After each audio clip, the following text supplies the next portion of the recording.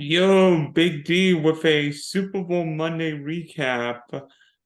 Before I bring in my Chiefs friend, please subscribe, like, and share the Spunky Spectrum Sports YouTube page. See all my content. Whew, that Super Bowl was crazy last night, but we're here to break it down today, please. And also check out the Big D podcast for all your audio listeners on Spotify and Apple. So I'm back after eating his chicken wings and all the barbecue pulled pork he can handle after the Kansas City Chiefs won Super Bowl 57. It's my friend Dennis. Dennis, how do you feel right now that the Chiefs are Super Bowl champs again? Well, it had been 50 years that I had to wait before between Super Bowls before, so waiting only 2 years seemed just fine. But no, it's been great, but I am a little bit worried. I will tell you this, because the last time the Chiefs won, it was the last normal thing we all did before the pandemic. And now you got all these unidentified flying objects that the military is shooting in. I'm worried about either a zombie apocalypse or the attack from the Venusians that is going to level our planet because the Chiefs have won, so we're ready for another catastrophe. Or nuclear war. Oh, yeah, Putin is acting pretty strange over there. So yeah, yeah, all kidding aside, it's wonderful.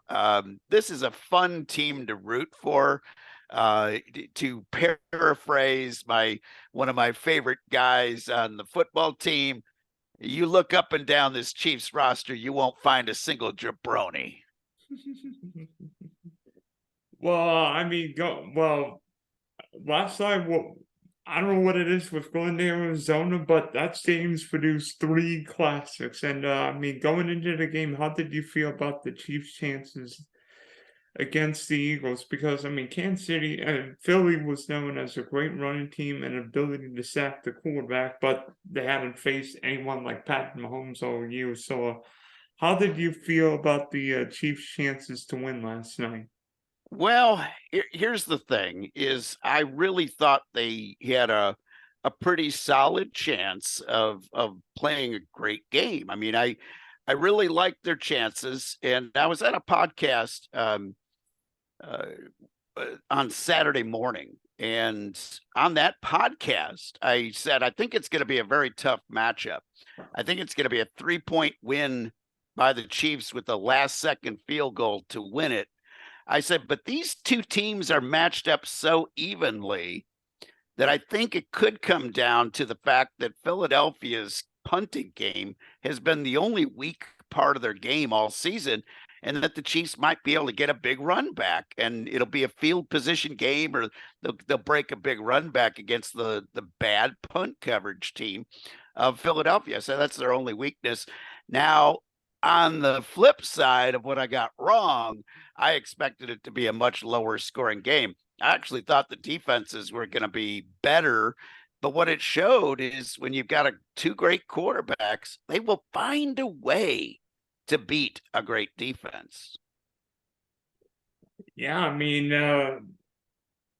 when you have a great quarterback for Kansas City and one like Jalen Hurts playing as well as he did, it's not how many points they score, but how fast they could score points, or maybe how long they take. Because looking back at that first half, the Eagles did a great job of keeping Mahomes off the field. I mean, yeah, excluding the Jalen Hurts fumble, I think Kansas City was lucky to only be down, what was it, 10 at the half, because Mahomes barely saw the field. And I mean, yeah, the first touchdown drive was great, but then the Eagles actually hit him for once, and which aggravated the injury. And the Chief defense spent much of that first half looking like they were at the 16th hole of the Waste Management Phoenix Open, wondering what are we doing in this game. I mean, who's the Trent McDuffie looked like he was a deer without headlights. Yeah. A deer in the headlights.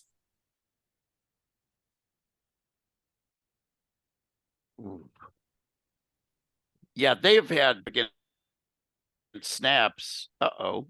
I think yeah, there we go. I'm back.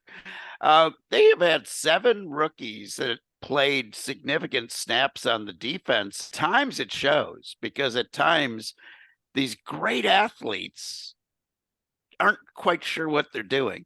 But if you look at on the flip side, the Kansas City Eagles great defense in the second half, but that 17 play drive by the Eagles, I'm telling you, it had me just a little bit worried. Yeah, especially when Philadelphia controlled the ball greatly in that first half. I know what you were thinking. We're in trouble. Oh, and the Chiefs would go ahead and they'd get him in a 3rd and 6, a 3rd and 7.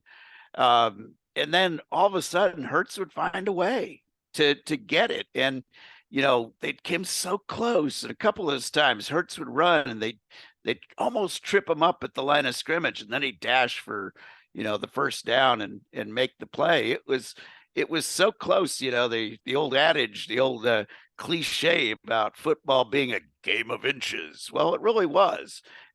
Both teams were so close to making that stop, but great offensive players on both teams. And I'll tell you, for those Eagles fans, they got to be excited about looking at that combination of Hurts, Devontae Smith, and A.J. Brown for many years to come. Ooh, yeah.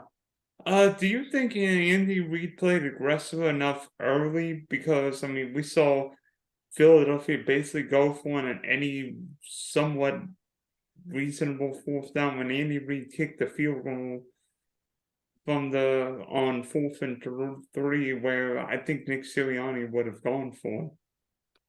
Yeah, Andy Reid was being a little conservative on 4th downs all season long, so he really didn't change the way he's been doing things. But when you've got a coach that has won 10 plus playoff games for 2 different teams, and you got a guy who's won more playoff games than anybody except for Belichick, I really have a hard time second guessing him as a coach. He's done a really good job. But in that game, I thought you'd have to be aggressive like Sirianni was, because I just thought your number of opportunities, the number of possessions that you were going to get were so few that you had to get 7 points as many times as you had a chance. And, I thought it was close enough on that one play to go for it. And then, of course, Butker does the old doink on the goalpost. Only thing is, I picked that on a prop bet, so at least I cashed in on that one. But yeah, I think Andy is a little bit hesitant to sometimes go for it. He's of the old school where you put points on the board. It's worked for him, so I won't question it. But I also thought that was an opportunity to maybe go for it on 4th down, because you noticed what happened when Sirianni was going for it on 4th down. The Chiefs were like, oh my God, it doesn't matter what we do on 3rd down. And so they knew they had to get the guy for a loss, and they'd overplay and they just barely miss a big play. And, Eagles had come out 4th down. They didn't even hesitate. And just a great coaching performance in that first half by Sirianni. Yeah, I mean, basically, if it were like if it's like 4th and 1 or 3rd and 1, whatever, the Eagles would basically have Jalen Hurts behind Jason Kelsey, and everybody in the stadium knew what was happening. The Eagles would just pile driving forward, and there was nothing they could do. I mean, I think the NFL should outlaw that play, but that's just me. Well, that used to be illegal to help a running back or help the ball carrier go forward. And they were having so much of a tough time enforcing it that they just decided to do away with the rule. But we've seen what has happened now. We get these big rugby scrums, and you just don't know when to blow the whistle dead before the guy gets hurt. That'd be well, not just with safety, but it's almost unfair. Like you cannot stop that play. Yeah, but on the side of that, the other side of that ledger, though, just don't get in a 3rd and short or a 4th and short. Your defense had an opportunity to stop them earlier in the set of downs. But yeah, that is becoming unstoppable. He's what, like 31 for 31 this season? 33 of 37. It's some Yeah, it's crazy. It's a nutso number. Yeah. first half was a disaster for Kansas City defensively, but the second half might have been the best second half I've ever seen an Andy Reid team do. Pat Mahomes threw one incompletion in the second half. What do Yeah. you think was the big change for Kansas City in the second half? I think they figured out what the Eagles were going to do. And, it Maybe, wasn't maybe, so. maybe Rihanna helped the Chiefs because it looked like you guys needed halftime. Well, if you look at what the Chiefs did in the second half, is they used a lot more motion. They went ahead and used useful motion, I guess is the best way to put it. They were using motion plays to figure out what defense and how the Eagles were going to try to defend that play. And Mahomes is really good at reading a defense. So as soon as they put a man in motion, and what they did was they changed the way they were doing the motion from the first half.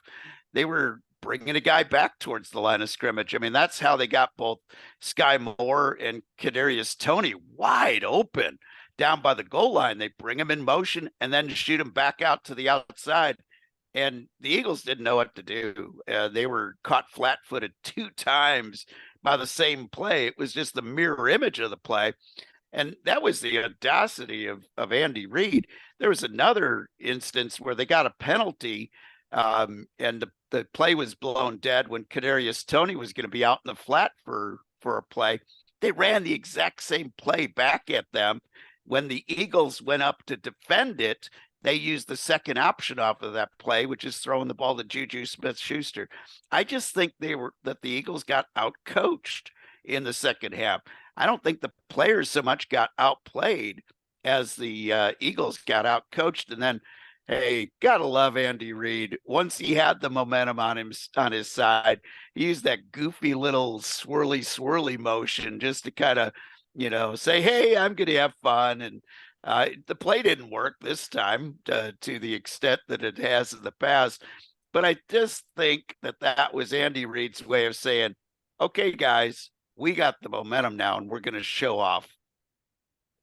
Well, I mean, Kansas City needed change in the second half. The Chiefs ran the ball, and I mean, it's rare that you see it's rare that you saw an Eagle team out fist tough at the line of scrimmage. The Chiefs ran the ball for like 150 some odd yards. And I mean, Isaiah Pacheco was the best running back in that game. Sorry, Miles Sanders, but you might have been better. But you might have been better watching the Super Bowl than playing the Super Bowl yesterday. Jalen Hurts was Philly's rushing offense, but Pacheco was a hammer, and he brought something that Kansas City has not seen in the two recent Super Bowls, a tough running style, because the Chiefs always this fun gun offense, could throw for 500 yards, put up 47 points. Pacheco ball, a little bit of nasty, a little bit of power. Yeah, Pacheco is the angriest running back running a play that I've ever seen. He hits that line and he just, even if they're there to stop him, he seems to push forward for another yard or two. But that sort of physical play really does wear an offense or a defensive line out. And remember, those Eagles, they got they're a little, little older, and so I think they wore down as the game wore on. Plus, I think the Eagles, they never seemed to get a good grip on the field of all things. They were having troubles with their footwork, and just that field was, I don't know if it was the painted areas that were giving them more problems than the Chiefs. It was probably just a cleat selection thing. But I think once Kansas City Chiefs got the confidence and got the momentum going, that line was just pushing 2, 3, 4 yards, forward right from the snap. And the Eagles, they got manhandled in that second half. Well, get this. Philadelphia led the NFL with 70 sacks during the regular season. And how many did they rack up last night? Big zero. They did not get to Mahomes at all to sack him, which is a phenomenal thing. And the Eagles were living and dying off of 4 guys rushing all season long. They were bragging about the fact that you didn't have to bring pressure, and teams that have been bringing pressure against Mahomes, they get burned. But the what we saw here is you get burned no matter what you do against Mahomes. He's good against every kind of defense. He's learned to have that patience to just dump it down. And that's been the big key. Philadelphia had their safeties back. They're playing man to man, across the line otherwise, but they were back. They were worried about the deeper throws. And instead, Mahomes just nickel and dimed them. And then, you're right, that offensive line, when they started running the ball with Pacheco, it just kept them from ever establishing a pass rush after that point. And then when they did, Mahomes always had an escape path, because the way the Chiefs line was blocking, the blocking schemes that they were using, they were kind of funneling guys where they wanted them to go. And the other stat that was incredible is Mahomes was getting rid of the ball on average like 2.6 seconds. It was the quickest release he has had in a half of football since he came into the NFL. So he understood the importance of not waiting around and making the quick throw.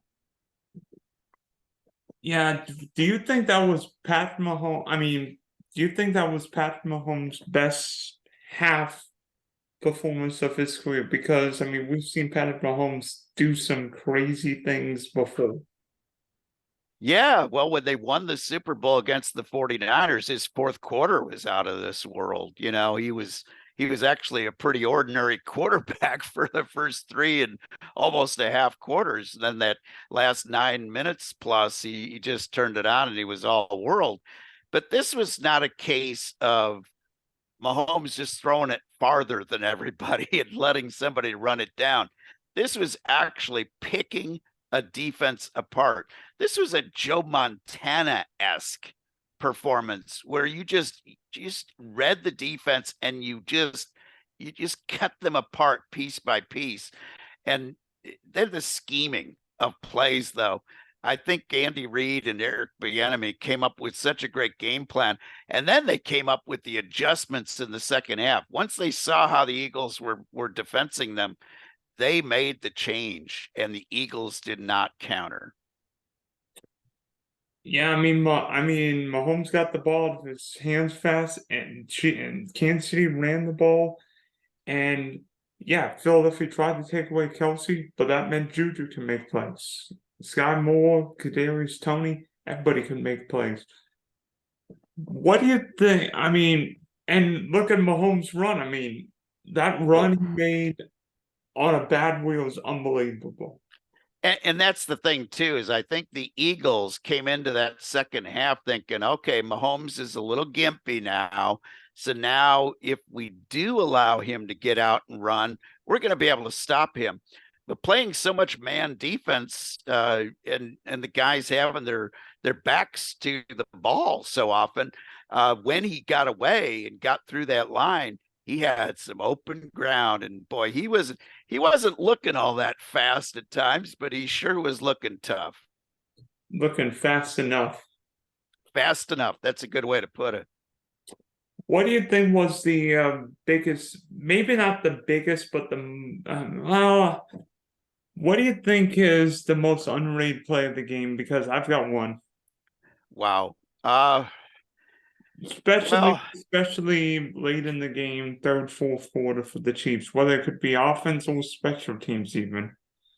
Yeah, the punt return really turned the tide at the end of that game. When that punt return happened, the Eagles were back on their heels at that point. But it was the fact that Juju Smith-Schuster, who was pretty quiet early in the game, really got it going, that led to that penalty call that kept the drive alive at the end, that let them run the clock out and win the game. So I think it was some of the plays to Juju Smith-Schuster where he suddenly figured out a way to find an opening against a very, very tough Eagles secondary. So, but that punt return, it seemed to be a big momentum shift at that point in the game. It looked like they were just duking it out, and then all of a sudden Tony goes long, and all of a sudden the Chiefs had the edge from that point on. Yeah, I was thinking. I mean, first off, the punt went nowhere, like it was a line drive Oh, line drive. Yep. right at Tony. And I was thinking nobody's returning a punt for a touchdown in a Super Bowl. That almost became the first. I mean, Yeah. Kansas City and Philadelphia didn't have great punt return coverage, and it bit him big time. Yeah, Tony is fast. So once he gets a chance to get out into the opening, he can outrun people at that point. If that kid can stay healthy and he can really learn all the nuances of the Chiefs' offensive attack, which is kind of a complicated playbook, and coming in midseason is really unfair for a guy to try to pick up that playbook. If he can stay healthy next year, he's got speed that is just a fraction slower than Tyreek Hill. He's got some moves when it comes to the quickness. The total 40 speed, he's not as fast as Tyreek, but that ability to change directions and get open is something that he's pretty much on par with Tyreek Hill for being able to make guys look pretty stupid when he gets out there. He just can't stay healthy.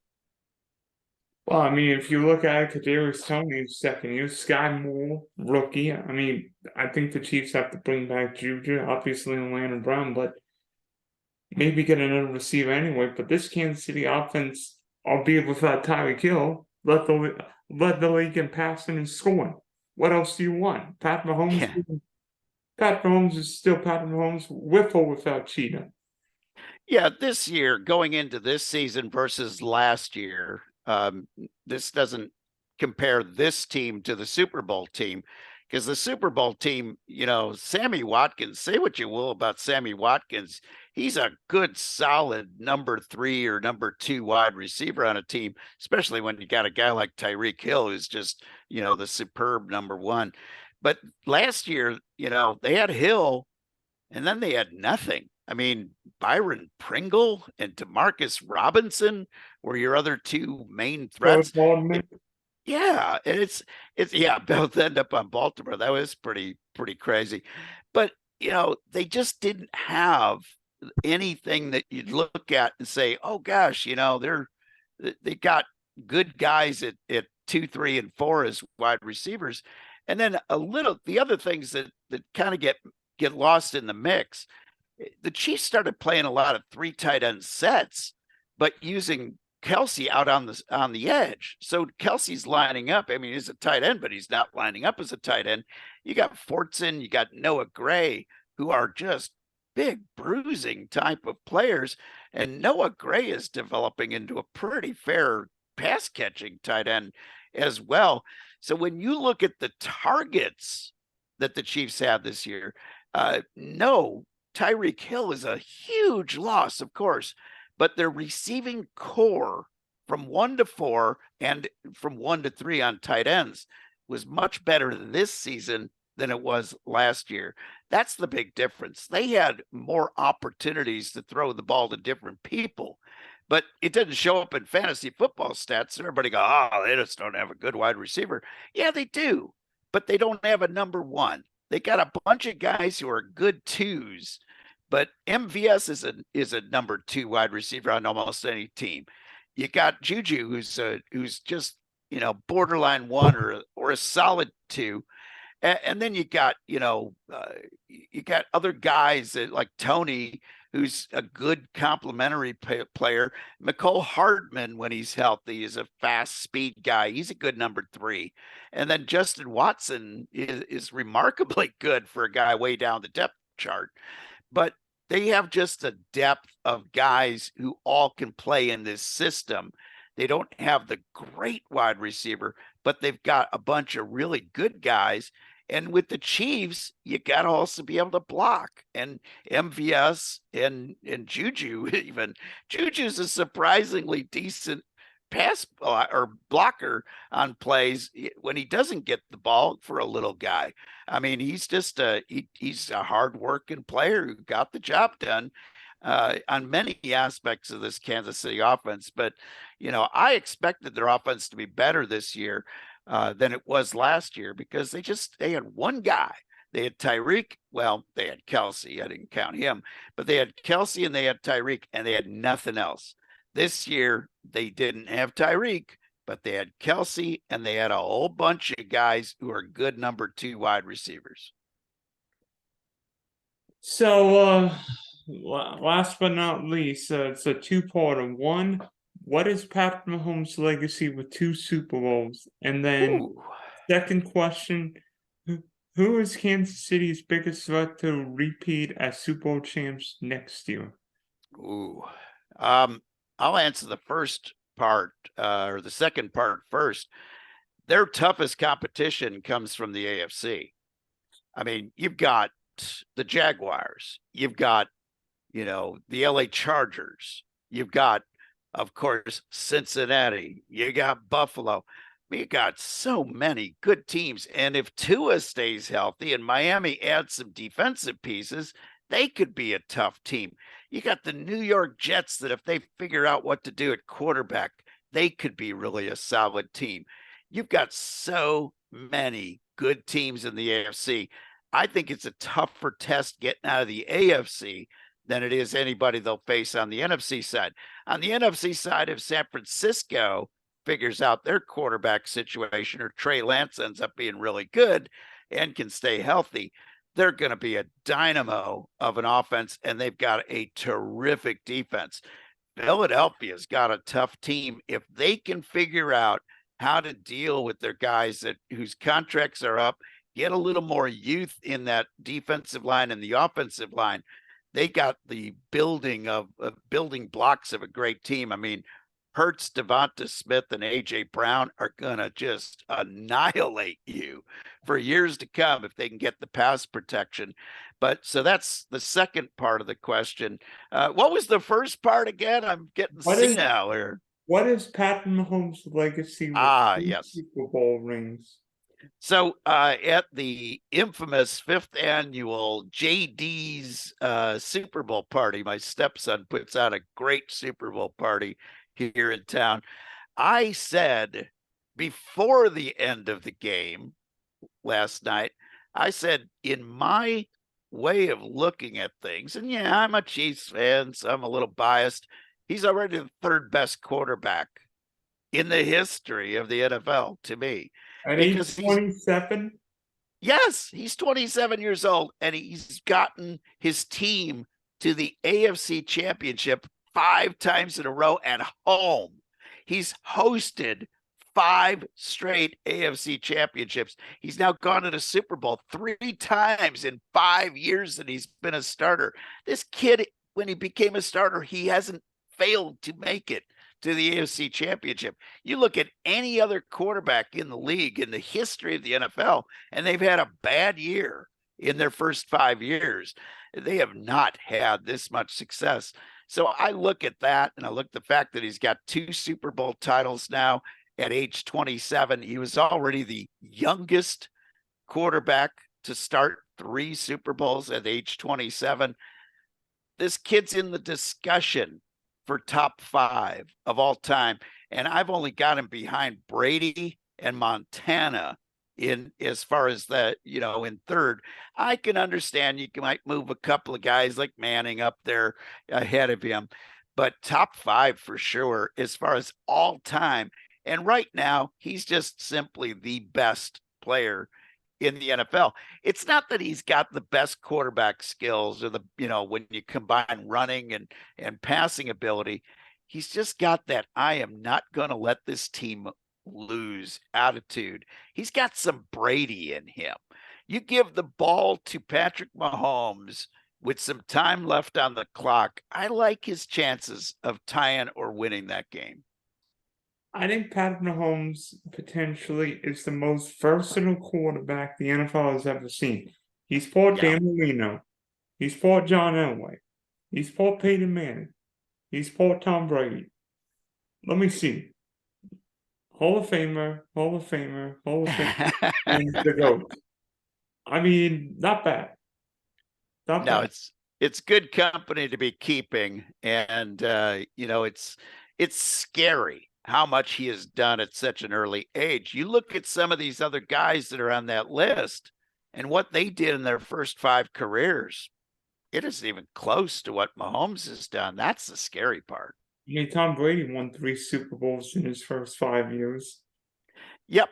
Yep. And, a lot of that was the defense because at the very beginning, Tom Brady was not the greatest. I mean, he was a good quarterback, but he wasn't winning them games. It was more the defense. And now look at Kansas City. You started 7 rookies this year at times. Those guys are getting better and better, and they will get better. And the Chiefs figured out how to beat the old dreaded cap. 17% of their cap went to Mahomes, yet they somehow were able to win a championship. And a lot of that has to do with the youth on defense that are only going to get better. And those defensive backs, they're big physical guys. Once they learn how to play in the NFL a little bit more and they don't get burned on some of those plays, and the more the Chiefs can get a good pass rush together with just rushing 4, and like Spagnola's, I'm going to bring the kitchen sink method, they're going to get better on defense. They got much better. This was a much better defensive team than the last time they won the Super Bowl. Way faster team. I don't remember a Kansas City team ever having this much speed. And be honest, the Tyreek Hill trade may have been the best thing to happen because the Chiefs need young, cheap guys on defense. Well, they got young, cheap guys on defense. So this could be the next dynasty or dynasty potentially with 3 Super Bowl appearances in 4 years. Yeah, and I don't have them quite at dynasty level. I refer to this as dynasty light, but they're so close. All right, so thanks for hopping on, Dennis. Congrats to your Chiefs, and hopefully the Super Bowl party will go on for a long time because knowing Andy Reid, Pat Mahomes and company, they like to party in Kansas City. Oh, yeah, they like to party, and Kansas City knows how to make some good barbecue. Let me tell you that. You get some of those burnt ends and a little appetizer with those, and then that good Kansas City barbecue. Hey, in Kansas City, very underrated when it comes to great steakhouses as well. They know how to eat in Kansas City, Missouri. But yeah, it's great to see. But more than anything else, this is a fun team to root for. Up and down the roster, they're just good guys to root for. And Travis Kelce is nuts, but we love him.